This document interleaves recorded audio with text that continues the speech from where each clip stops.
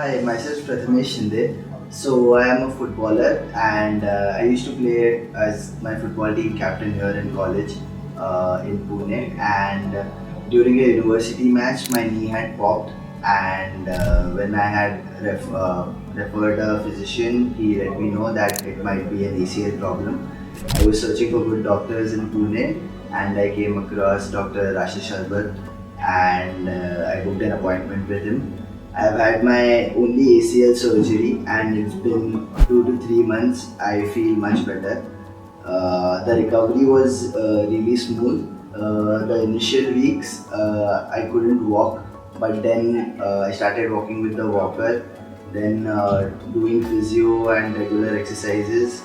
Now I am on my third month mark and I feel that I am much better. I've already started to jog and I'm getting the strength back in my leg, which feels good. I just spoke with him and it feels that I'll be able to play again very soon.